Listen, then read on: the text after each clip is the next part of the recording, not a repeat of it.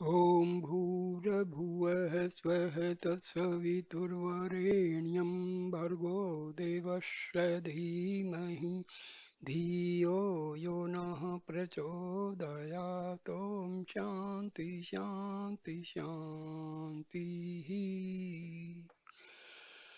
Namaste, my dear friends. This is the second video about Vasanas.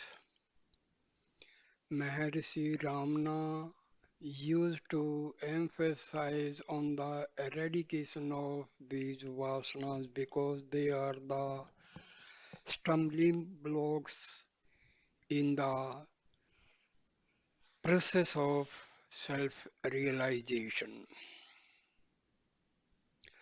So I start this video with talk number 80.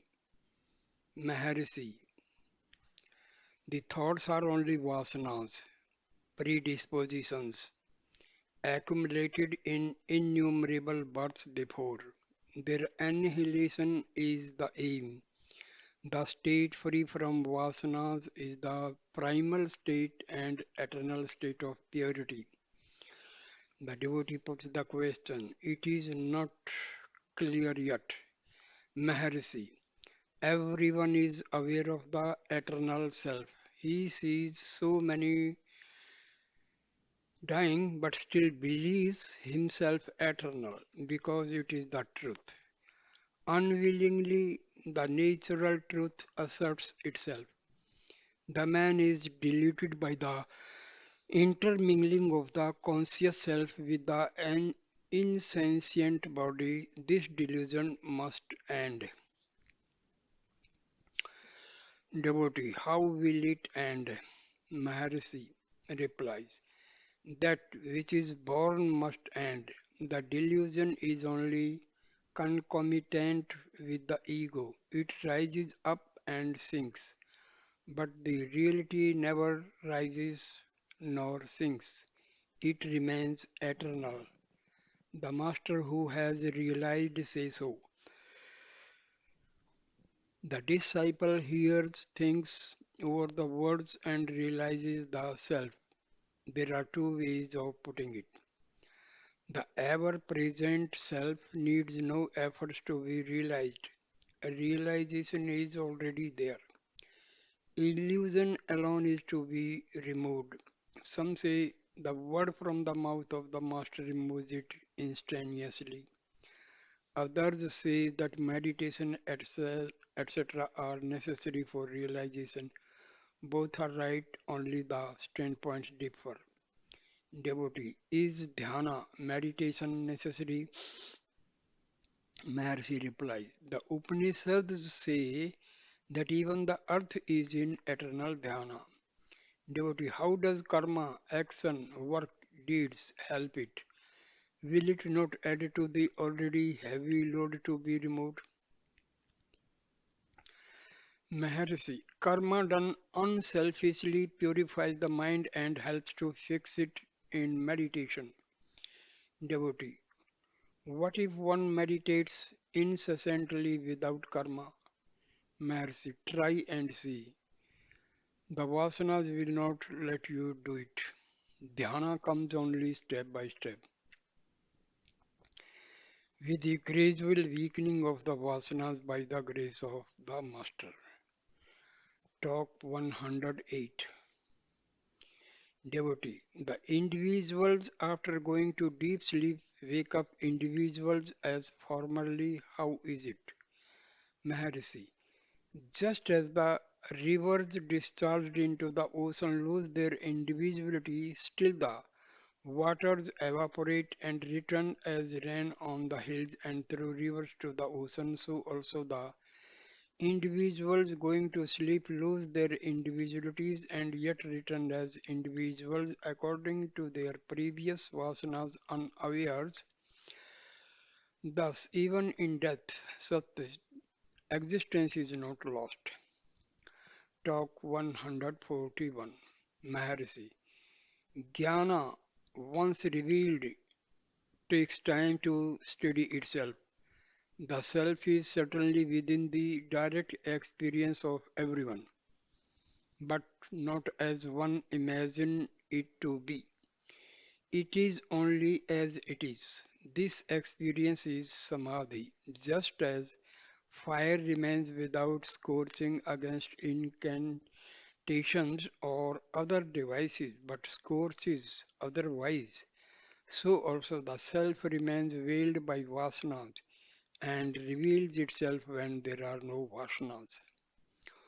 Owing to the fluctuation of the vasanas, jnana takes time to steady itself.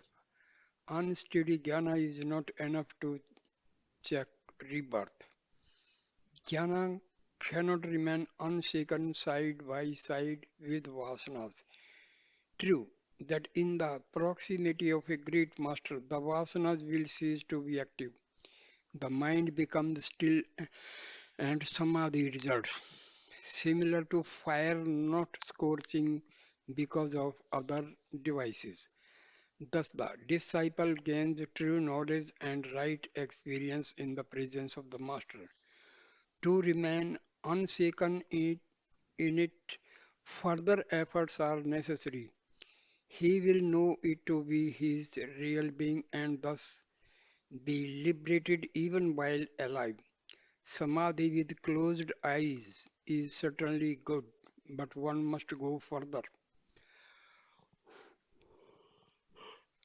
until it is realized that actionlessness and action are not hostile to each other. Fear of loss of samadhi while one is active is the sign of ignorance. Samadhi must be the natural life of everyone. There is a state beyond our efforts or effortlessness. Until it is realized effort is necessary. After tasting such bliss, even once, one will repeatedly try to regain it. Having once experienced the bliss of peace, no one would like to be out of it or engage himself otherwise. It is as difficult for a jnani to engage in thoughts as it is for an ajnani to be free from thought. The common man says that he does not know himself, he thinks many thoughts and cannot remain without thinking. Any kind of activity does not affect a jnani, his mind remains ever in eternal peace. Talk 142.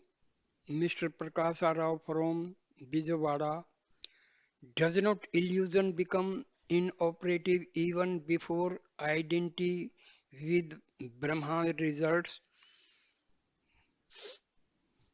Brahmkaravirti, or does it persist even afterwards? Maharshi, illusion will not persist after vasanas are annihilated. In the interval between the knowledge of the identity and annihilation of vasanas, there will be illusion. Talk 172. Devotee. Will the knowledge gained by direct experience be lost afterwards? Maharishi. Kavalla Navnita, the cream of emancipation, says it may be lost. Experience gained without rooting out all five vasanas cannot. All the vasanas cannot remain steady. Efforts must be made to eradicate the vasanas, otherwise rebirth after death takes place. Some say direct experience results from hearing from one's master.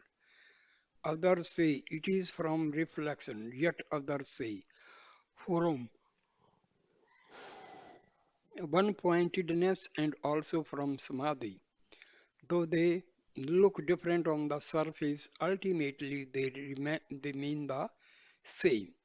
Knowledge can remain unshaken only after all the vasanas are rooted out. Talk number 173. Devotee. Lord, how can the grip of the ego be slackened? Maharshi. By not adding new vasanas to it. Devotee. Any amount of japa has not slackened the grip. Mercy, how so? It will duly slacken and vanish. Talk 230. A visitor. Can one realize the truth by learning the scriptures and study of books? Mercy, no. So long as predispositions remain latent in the mind, realization cannot be achieved. Shastra learning is itself a vasana. Realization is only in samadhi. Talk 289. Devotee. Having heard this truth, why does not one remain content? Mercy. Because sanskaras have not been destroyed. Unless the sanskaras cease to exist, there will always be doubt and confusion. Sandeha, Viprita. All efforts are directed to destroying doubt and confusion. To do so, their roots must be cut. Their roots are the sanskaras. These are rendered ineffective by practice as prescribed by the Guru. The Guru leaves it to the seeker to do this much so that he might himself find out that there is no ignorance. This truth mentioned is in the stage of the hearing of the truth, sarvana, that is not drid, firm. For making it unshaken, one has to practice reflection, manana, and one-pointedness, nididhyasana. These two processes course the seeds of vasana so that they are rendered ineffective.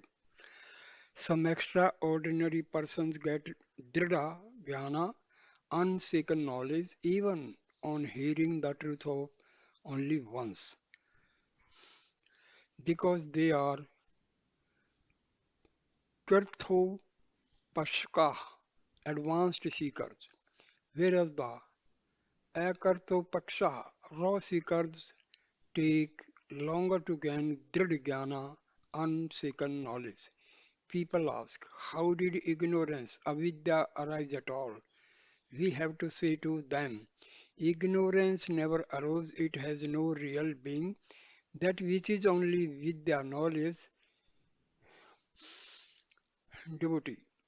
Why then do I not realize it, Maharshi? Because of the sanskaras. However, find out who does not realize and what he does not realize. Then it will be clear that there is no avidya. Talk number 317. Devotee.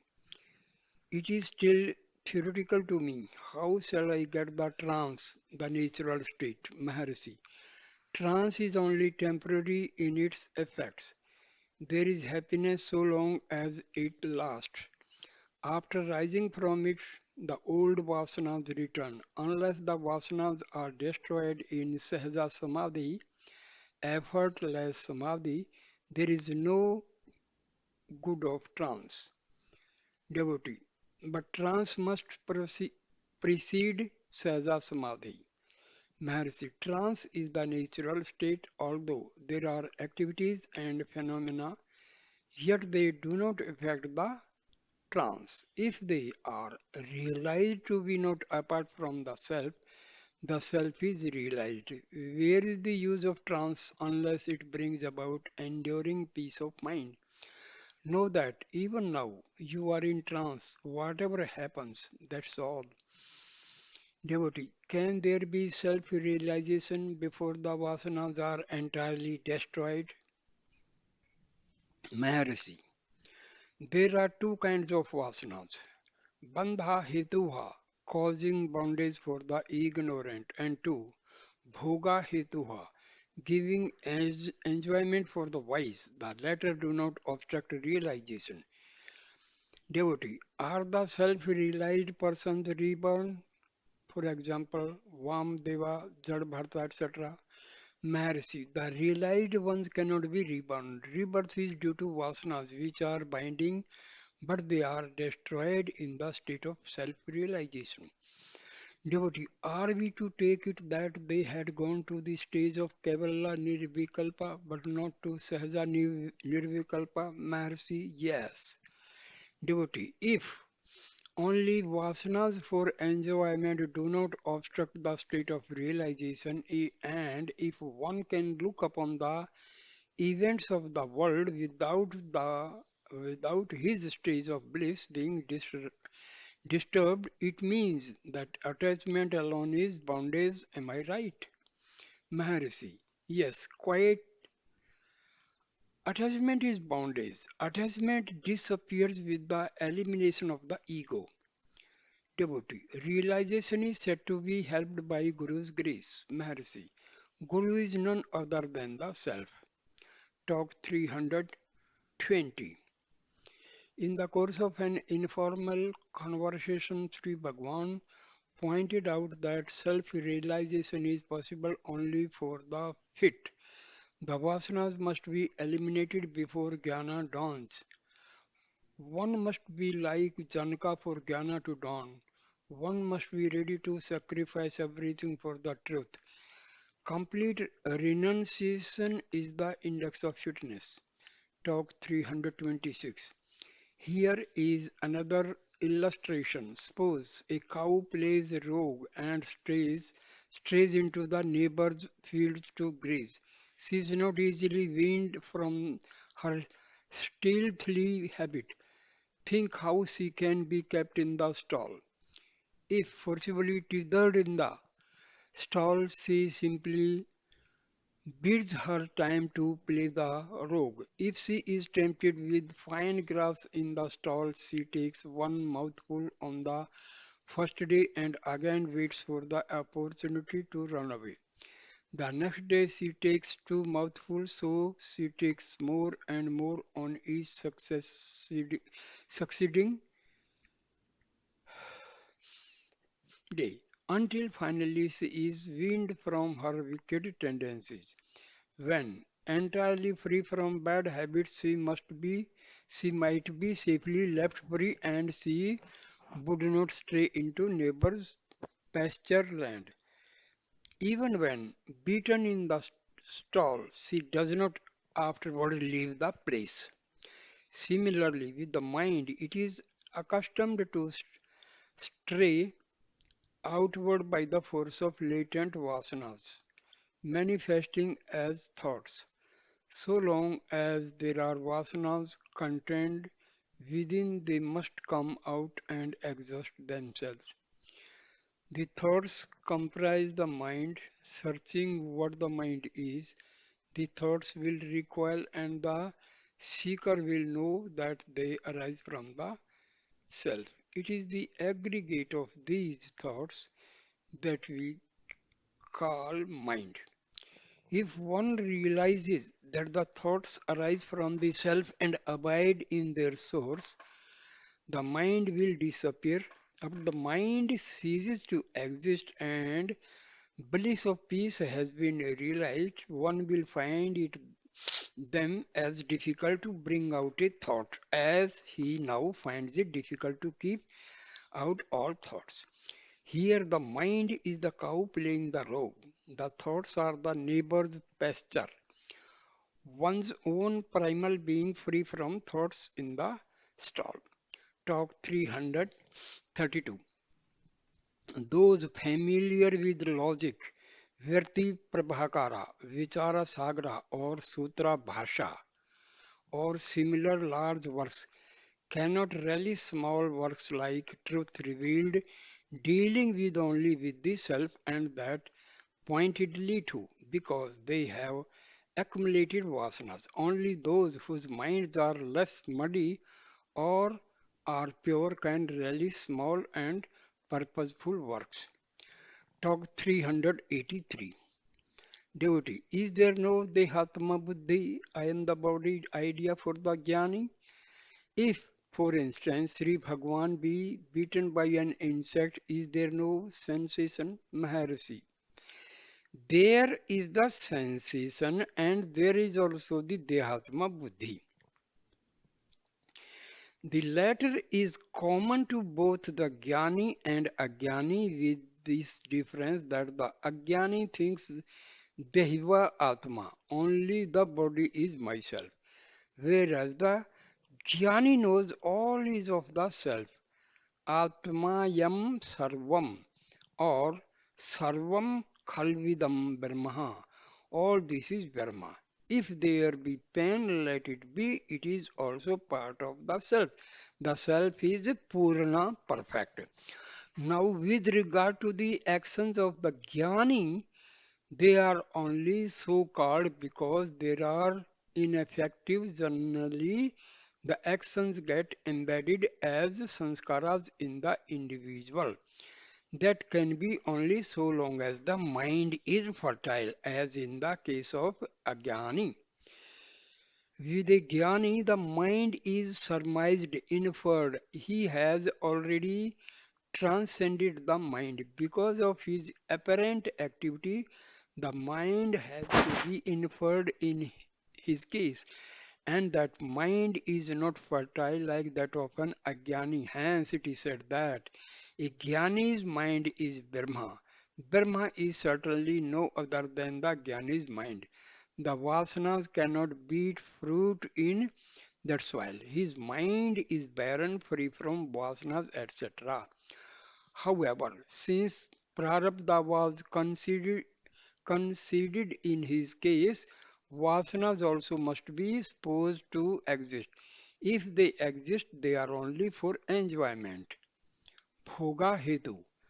That is to say, actions bear twofold fruits, the one for enjoyment of their fruits and the other leaving an impression on the mind in the form of sanskaras for subsequent manifestation of future births. The Jnani's mind, being barren, cannot entertain seeds of karma. His vasanas simply exhaust themselves by activities ending in enjoyment. Only bhoga hetu karma. In fact, his karma is seen only from the Ajnani's standpoint. He remains actionless, only he is not aware of the body as being apart from the self. How can there be liberation, mukti, or bondage, bandha for him? He is beyond both. He is not bound by karma either now or ever.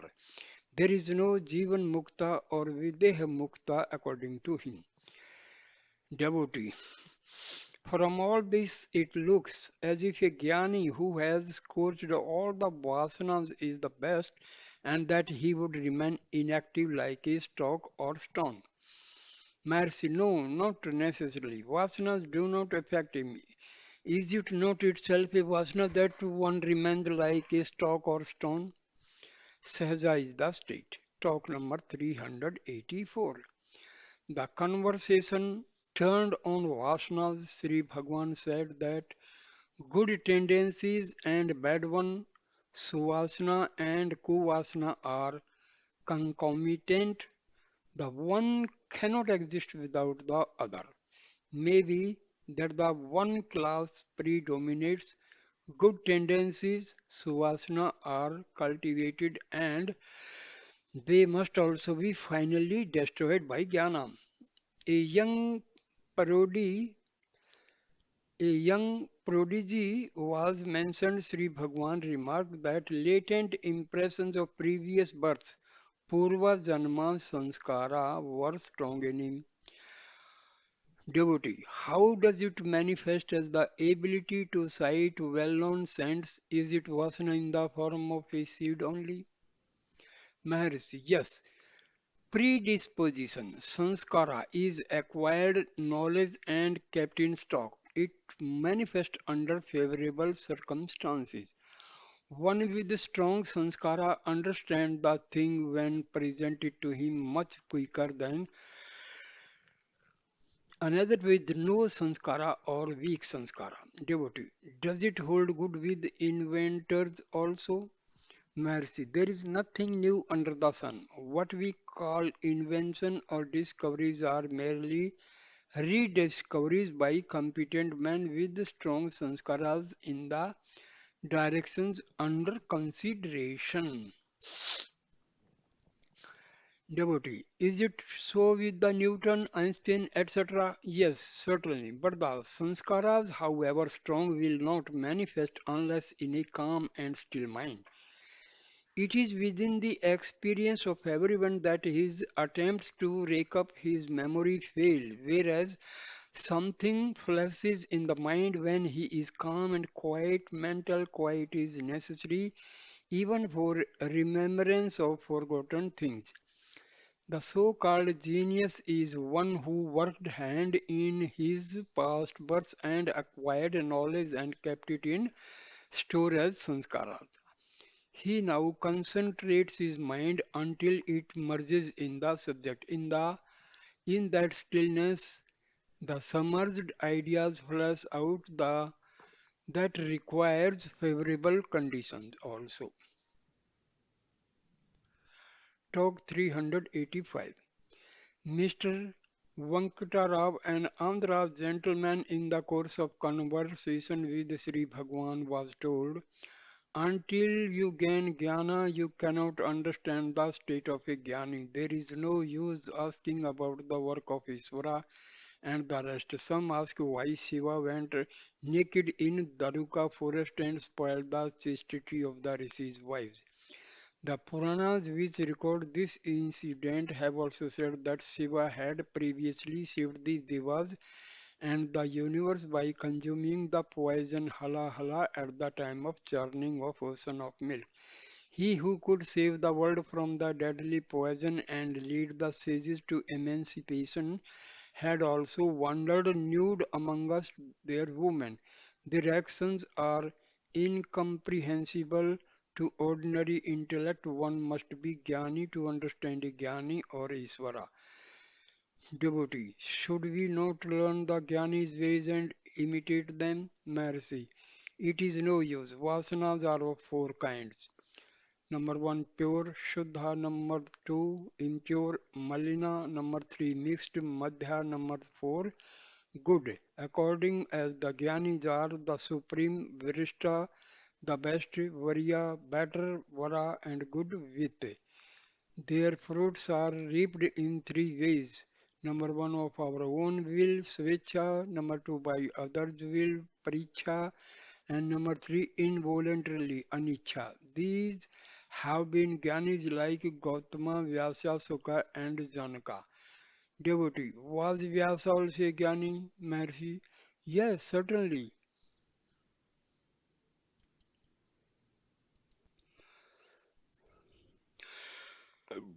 Talk number 42, 402. While speaking, while speaking of the brain and the heart, Sri Bhagwan recalled an incident of old days as follows. Kavya Ganpati Muni once argued that the brain was the most important center, and Sri Bhagwan maintained that the heart was even more so. There were others watching the discourse. A few days, a few days after Sri Bhagwan received a letter containing a short poem in English on the discourse from a young boy, N.S. Arunachalam, who had not yet matriculated. That poem is remarkable for its poetic imagination. Sri Bhagwan, Kavya Kantha, and the assemblage of other persons are represented as the heart, the brain, and the body, respectively, and again as the sun, the moon, and earth also. The light from the sun is reflected on the moon, and the earth is illuminated. Similarly, the brain acts by consciousness derived from the heart, and the body is thus projected. This teaching of Sri Bhagwan is found in Ramana Gita also. The heart is the most important center from which vitality and light radiate to the brain, thus enabling it to function. The vasanas are enclosed in the heart in their subtlest form, later flowing to the brain, which reflects them highly magnified, corresponding to a cinema show at every stage. That is how the world is said to be nothing more than a cinema show. Sri Bhagwan also added, were the vasanas in the brain instead of in the heart, they must be extinguished if the head is cut off so that reincarnations will be at an end, but it is not so. The self obviously safeguards the vasanas in its closest proximity, that is, within itself in the heart. Just as a miser keeps his most valued possessions, treasure, with himself and never out of contact. Hence, the place where the vasanas are is the self, that is the heart, and not the brain, which is only the theatre for the play of vasanas from the greenhouse of the heart. Talk number 431. A Telugu gentleman stood up and asked, the mind is said to be pure when all its vasanas are wiped out. It is also the finality, when there is something to be gained as it is non duality. Maharshi, let the mind be first made pure. If the same question arises thereafter, the answer may be then be sought. Talk 439. Dr. Rama asks, Brahma being pure, how can Maya arise from him and veil him also? Vasistha replies, in pure mind associated with strong dispassion, this question will not arise. Of course, in Advaita, non-dualistic philosophy, there can be no place for Jiva, Isvara and Maya. One self sinking into the self. The vasanas, tendencies will entirely disappear, leaving no room for such a question. Mercy, the answers will be according to the capacity of the seeker. It is said in the second chapter of Gita that no one is born or dies. But in the fourth chapter, Sri Krishna says that numerous incarnations of his and of Arjuna had taken place, known to him but not to Arjuna. Which of these statements is true? Both statements are true, but from different standpoints. Now, a question is raised, how can Jiva rise up from the self? I must answer, only know your real being, then you will not raise this question. Why should a man consider himself separate? How was he before being born, or how will be after death? Why waste time in such discussions? What was your form in deep sleep? Why do you consider yourself as an individual? Devotee, my form remains subtle in deep sleep. Mercy, as is the effect, so is the cause. As is the tree, so is its seed. The whole tree is contained in the seed, which later manifests as the tree.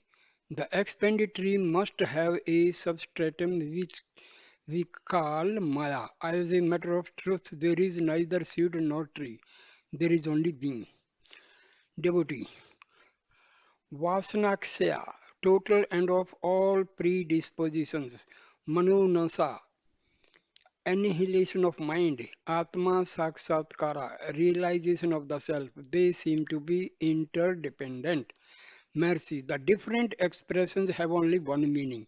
They differ according to the individual's stage of progress. Dispassion, realization all mean the same thing. Also, they say practice and dispassion. Why practice?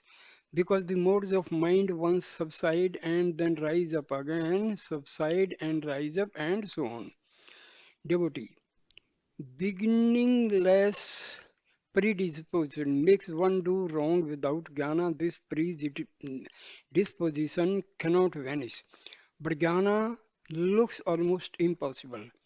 Expiation alone cannot undo all the karma, for how much expiation will be needed. Look where we will.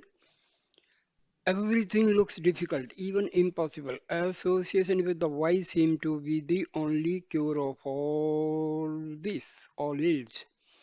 Mercy, what is to be done? Reality is one only. How can it be realized? Realization is thus an illusion. Practice seems to be necessary. Who is to practice?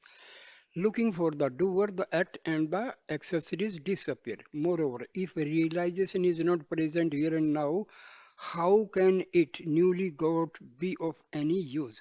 What is permanent must be eternally present. Can it be newly got and be permanent also?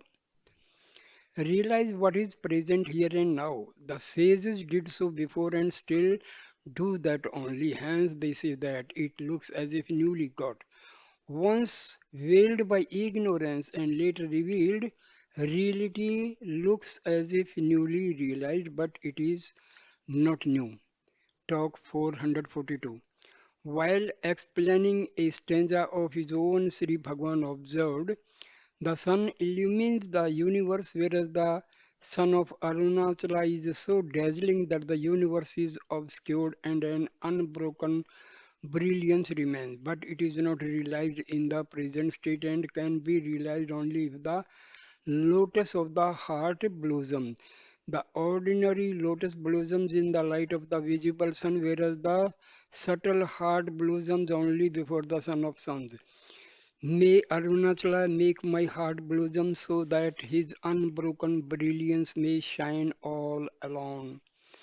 Further on, Sri Bhagwan continued, the mirror reflects objects, yet they are not real because they cannot remain apart from the mirror. Similarly, the world is said to be a reflection in the mind as it does not remain in the absence of mind.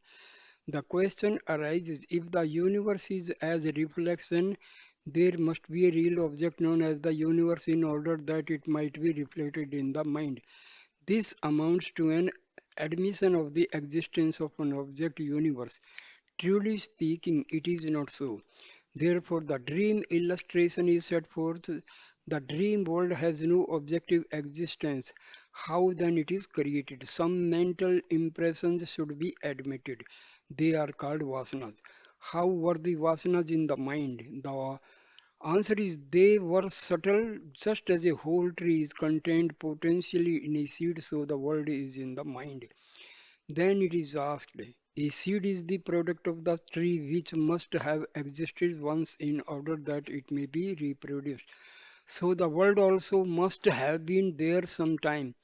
The answer is no. There must have been several incarnations to gather the impressions which are re-manifested in the present form. I must have existed before as I do now. The straight way to find an answer will be to see if the world is there, admitting to the existence of the world. I must admit a seer who is no other than myself. Let me find myself so that I may know the relation between the world and the seer. When I seek the self and abide as the self, there is no world to be seen. What is the reality then? The seer only and certainly not the world.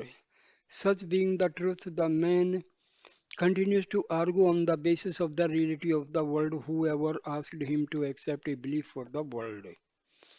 Yoga Vasishta clearly defines liberation as the abandonment of the false and remaining as being.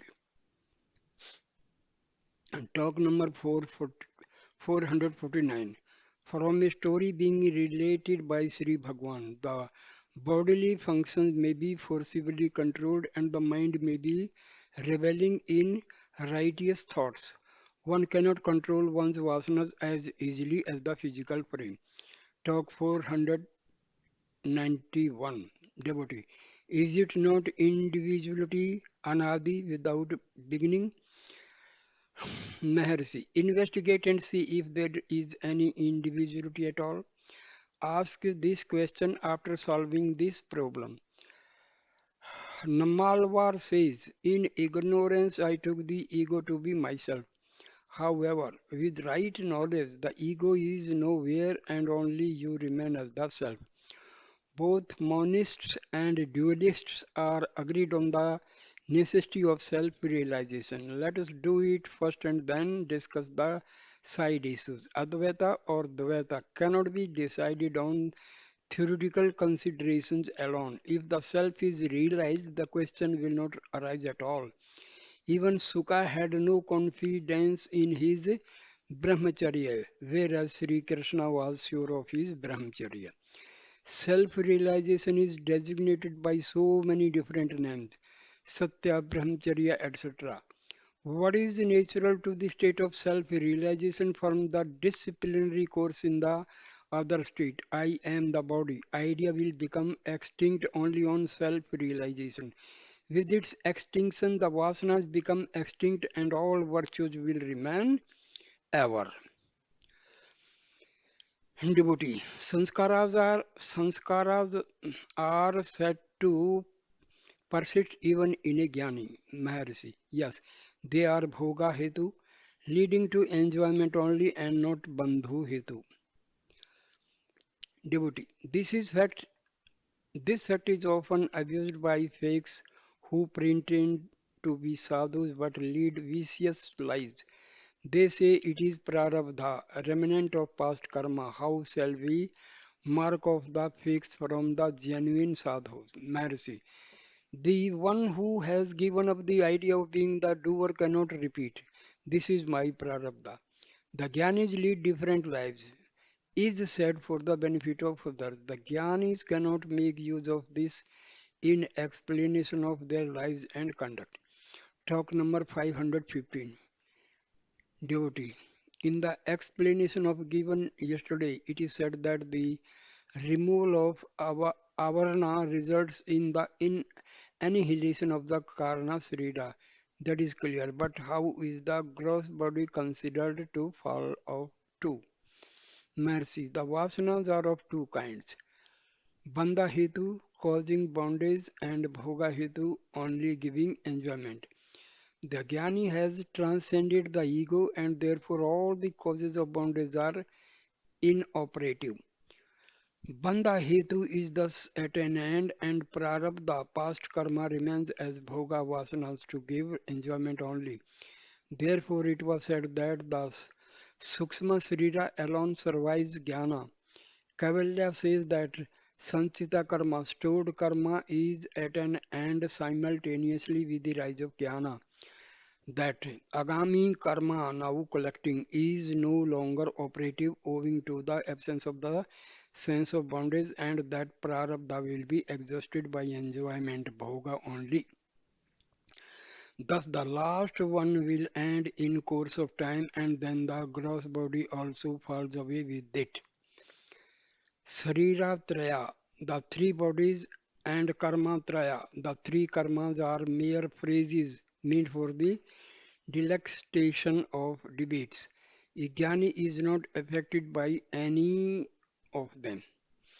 An aspirant is instructed to find who he is.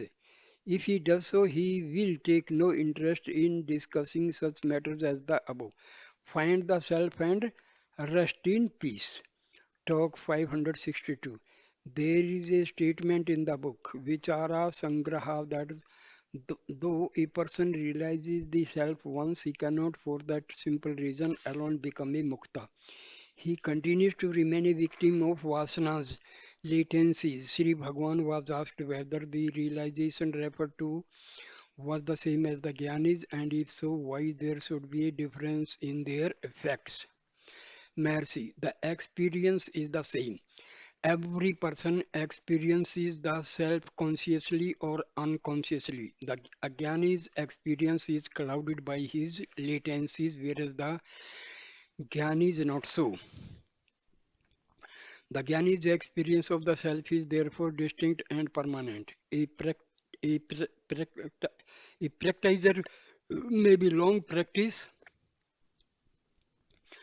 A practitioner may, by long practice, gain a glimpse of the reality. The experience may be vivid for the time being, and yet he will be distracted by the old vasanas, and so his experience will not avail him.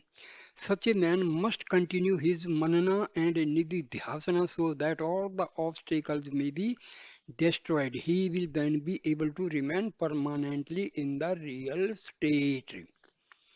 Talk number 569. A mirror, as we know it, is an insentient object which reflects light. What corresponds to a mirror is an individual. The light of the self-luminous self is reflected on the Mahatattva. The reflected light is the mind ether or the pure mind. This illumines the vasanas, latencies of the individual and hence the sense of I and this arises. Talk number 586. Devotee, is there any particular upasana method meditation which is more efficacious than others? Or Maharshi, all upasanas are equally efficacious, but each one takes easily to one kind of upasana which suit his previous vasanas. Talk number 616 is the Jivanadi an entity or a figment of the imagination? Maharshi, the yogis say that there is a nadi called the Jivanadi, Atmanadi or Paranadi. The Upanishads speak of a center from which thousands of nadis branch of some locate such a center in the brain and others in other centers. The Garbhopanishad traces the formation of the fetus and the growth of the child in the womb. The jiva is considered to enter the child through the fontanelle in the seventh month of its growth. In evidence thereof, it is pointed out that the fontanelle is tender in a baby and is also seen to pulsate. It takes some months for it to ossify. Thus, the jiva comes from above, enters through the fontanelle, and works through the thousands of the nadis which are spread over the whole body. Therefore, the seeker of truth must concentrate on the Sahasrara, that is the brain in order to regain his source. Pranayama is said to help the yogi to rouse the Kundalini Shakti which lies coiled in the solar plexus. The Shakti rises through a nerve called the Susumana, which is embedded in the core of the spinal cord and extends to the brain. If one concentrates on the Sahasrara, there is no doubt that the ecstasy of samadhi ensues. The vasanas, that is, the latencies, are not, however, destroyed. The yogi is therefore bound to wake up from the samadhi because release from bodies has not yet been accomplished. He must still try to eradicate the vasanas in order that the latencies yet inherent in him may not disturb the peace of his samadhi. So he passes down from the sahasrara to the heart through what is called the jimnadi, which is only a continuation of the susumna.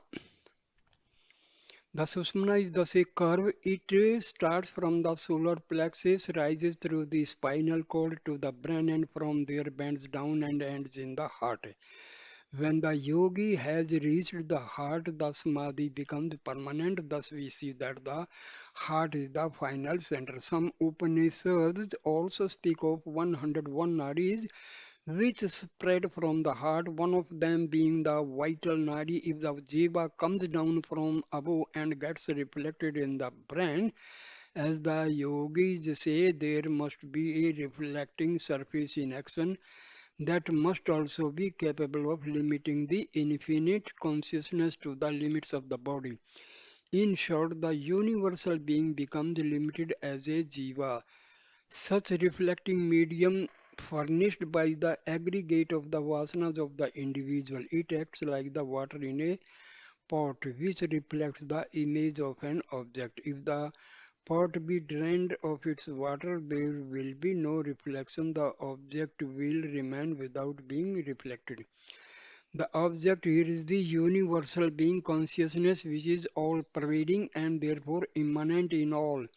It need not be cognized by reflection alone. It is self-resplendent. Therefore, the seeker's aim must be to drain away the vasanas from the heart and let no reflection obstruct the light of eternal consciousness. This is achieved by the search for the origin of the ego and by diving into the heart. This is the direct method for self-realization. One who adopts it need not worry about nadis and brain and the susmana, the pranadi, the kundalini, pranayama or the six centers. The self does not come from anywhere else and enter the body through the crown of the head. It is as it is, ever sparkling, ever steady, unmoving, and unchanging. The changes which are noticed are not inherent in the self, which abides in the heart and is self luminous like the sun. Changes are seen in the light. The relation between the self and the body or the mind may be compared to that of a clear crystal and its background. If the crystal is placed against a red flower, it shines red. If placed against a green leaf, it shines green, and so on. The individual confines himself to the limits of the chargeful body or of the mind which derives its existence from the unchanging self. All that is necessary is to give up this mistaken identity, and that does the ever shining self will be seen to be the singing non dual reality. The reflection of consciousness is said to be in the subtle body, Suksham Sarira, which appears to be composed of the brain and the nerves radiating from it to all parts of the trunk, chiefly through the spinal column and the solar plexus.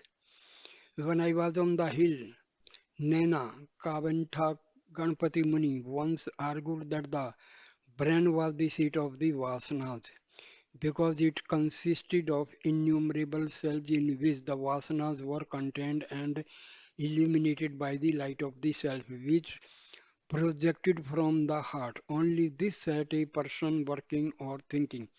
But I said, how can it be so? The Vasanas must be with one's self and can never remain away from the self. If, as you say, the Vasanas be contained in the brain and the heart is the seat of the self, a person who is decapitated must be rid of his vasanas and should not be reborn. You agree that it is absurd. Now, can you say that the self is in the brain with the vasanas? If so, why should the head bend down when one falls asleep? Moreover, a person does not touch his head and say, I, therefore it follows that the self is in the heart and the vasanas are also there in an exceeding subtle form. When the vasanas are so projected from the heart, they are associated with the light of the self and the person is said to think. The vasanas, which lie embedded in an atomic condition, grows in size in their passage from the heart to the brain. The brain is the screen on which the images of the vasanas are thrown, and it is also the place of their functional distribution. The brain is the seat of the mind, and the mind works through it.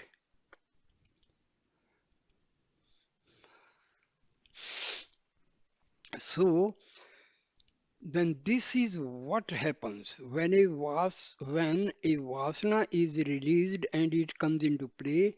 It is associated with the light of the self. It passes from the heart to the brain, and on its way it grows more and more until it holds the field all alone, and all the vasanas are thus kept in abeyance for the time being. When the thought is reflected in the brain, it appears as an image on a screen. The person is then said to have a clear perception of things. He is a great thinker or discoverer. Neither the thought that is extolled as being original, nor the thing, nor the country which is claimed to be a new discovery is really original or new. It could not manifest unless it was already in the mind. It was, of course, very subtle and remained imperceptible because it lay repressed by the more urgent or insistent thoughts or vasanas. When they have spent themselves, this thought arises, and by concentration, the light of the self makes it clear so that it appears magnificent, original, and revolutionary. In fact, it was only within all along. The concentration is called Samyana, Samyamana. In the Yoga Shastras, one's desires can be fulfilled by this process and it is said to be a siddhi. It is how the so-called new discoveries are made. Even worlds can be created in this manner. Samyamana leads to all siddhis, but they do not manifest so long as the ego lasts. Concentration, according to yoga, ends in the destruction of the experiencer, ego, experience and the world, and then the condom, condom, former.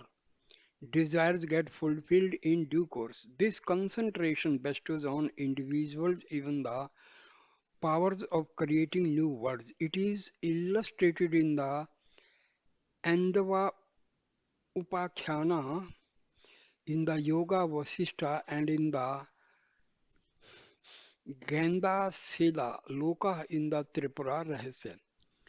Although the powers appear to be wonderful to those who do not possess them, yet they are only transient. It is useless to aspire for that which is transient. All these wonders are contained in the one changeless self. The world is thus within and not without. This meaning is contained in verse 11 and 12, chapter 5 of Sri Ramana Gita. The entire universe is condensed in the body and the entire body in the heart. Thus, the heart is the nucleus of the whole universe. Therefore, Samayana relates to concentration on different parts of the body for the different siddhis. Also, the Vishwa or the Virat is said to contain the cosmos within the limits of the body.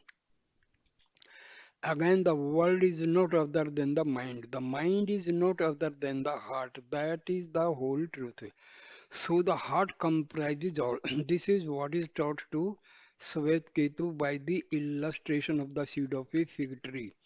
The source is a point without any dimensions.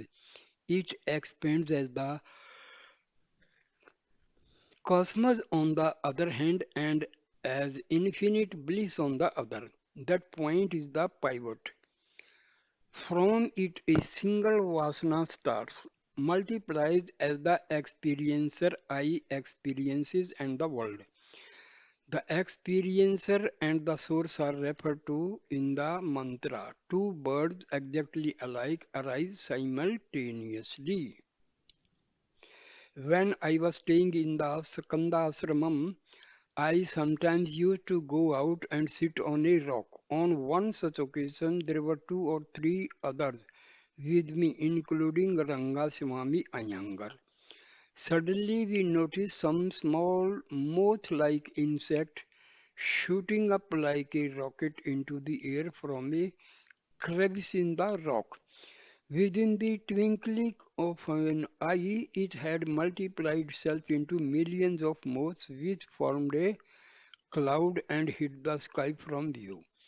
We wondered at it and examined the place from which it shot up. We found that it was only a pinhole and knew that so many insects could not have issued from it in such a short time. That is how Ahankara, ego, shoots up like a rocket and instantaneously spreads out as the universe. The heart is therefore the center. A person can never be away from it. If he is already dead. Although the Upanishads say that the jiva functions through other centers on different occasions, yet he does not relinquish the heart. Centers are simply places of business. Wide Vedanta Chudamani. The self is bound to the heart like a cow tethered to a peg. The movements are controlled by the length of the rope. All its wanderings center around the peg. A caterpillar crawls on a blade of grass, and when it has come to the end, it seeks another spot. While doing so, holds on with its hind legs to the blade of grass, lifts the body and sways to and fro before it can hold another. Similarly, it is with the self. It stays in the heart and holds other centers also according to circumstances, but its activities always center around the heart. Talk number 617. There are five states for the individual. They are number one, Jagrat, two, Swapana, three, Susmana, fourth, Turiya, and fifth is Turiyatita. Of these, the Jagrat is the waking state, it is the Jiva in the Viswa aspect and the Lord in the Virat aspect, abiding together in the eight petals of the heart, lotus. Function through the eyes and enjoy novel pleasure from the various objects by means of all the senses, organs, etc. The five gross elements which are widespread, the 10 senses, the five vital ears, the four inner faculties, the 24 fundamentals, all these together form the gross body. The Jagrat state is characterized by Sattva Guna denoted by the letter A and presided over by the deity Vishnu. The Swapna is the dream state in which the Jiva in the Tejasa aspect and the Lord in the Hiranyagarbha aspect abiding together in the corolla of the heart lotus function in the neck and experience through the mind the results of the impressions collected in the waking state, all the principles, the five gross elements, the will and intellect, 17 in all together form the subtle body of the dream, which is characterized by the Rajoguna denoted by the letter U and presided over by the deity of Brahma, so say the wise.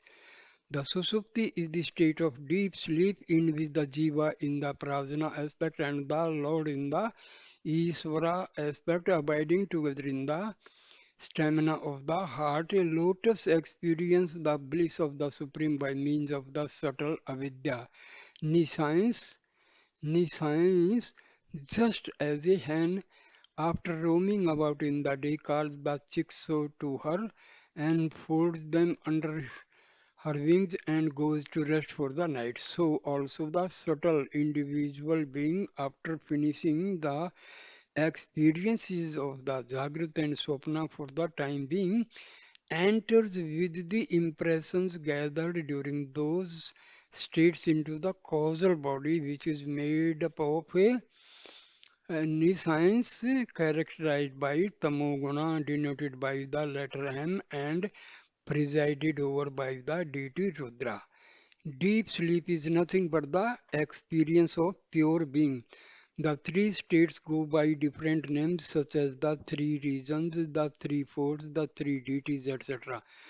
The being always abides in the heart as stated above. If in the Jagrat state the heart is not relinquished, the mental activities are stilled and Brahma alone is contemplated. The state is called the Turiya. Again, when the individual being merges in the Supreme, it is called the Turiyatita. The vegetable kingdom is always in Susupti. The animals have both Swapna and Susupti. The gods, celestials are always in Jagrat. Man has all the three states, but the clear-sighted yogi abides only in the Turiya and the highest yogi remains in the Turiyatita alone. The three states alternate involuntarily for the average man. The last two, Turiya and Turiyatita, are however the result of practice and form clear aids to liberation of the other three states, Jagrat, Swapna and Susupti. Each one is exclusive of the other two and limited by the conditions of time and space. They are therefore unreal. Our very experience of the Jagrat and the Swapana states proves that The consciousness as the self underlies all the five states, remains perfect all along and witnesses all of them. But with regard to similar consciousness in the deep sleep, oh, every person is known to say, I was not aware of anything, I slept soundly and happily. Two facts emerge from the statement unawareness of anything and the happiness of sound sleep. Unless these existed and were experienced in sleep, they could not find expression by the same person in the waking state. The inference also leads to the same conclusion, just as the eye sees the darkness which remains enveloping all objects, so also the self sees the darkness of the nescience which remained covering the phenomenon world. The darkness was experienced when it is the self emerged in dots of supreme bliss, shone it thrice and fleeted away in such fine subtlety as the rays of the moon which peer through the waving foliage. The experience was, however, not through any media such as the senses of the mind, but bears out the fact that consciousness does exist in deep sleep. The unawareness is owing to the absence of relative knowledge and the happiness to the absence of seething thoughts. If the experience of bliss in deep sleep is as fact, how it is that no one among all the human beings recollects it.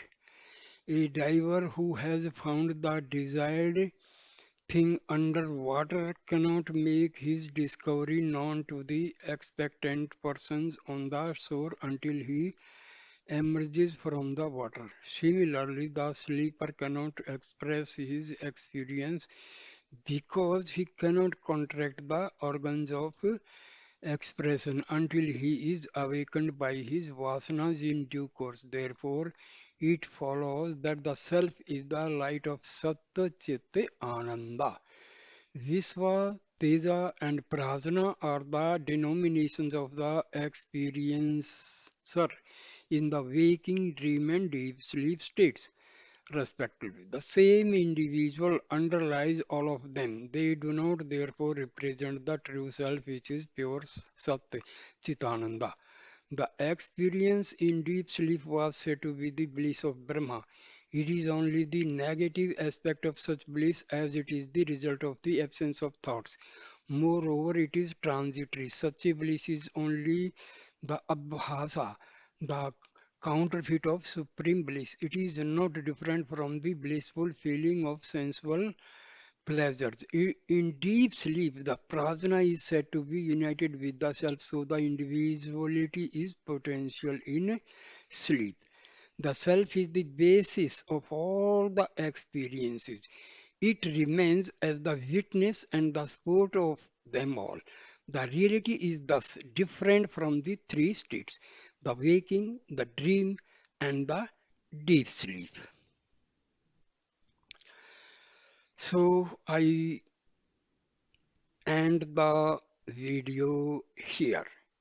Thank you for watching this video and listening this discourse. Please like, comment and share the video and subscribe my channel. Thank you my dear friends.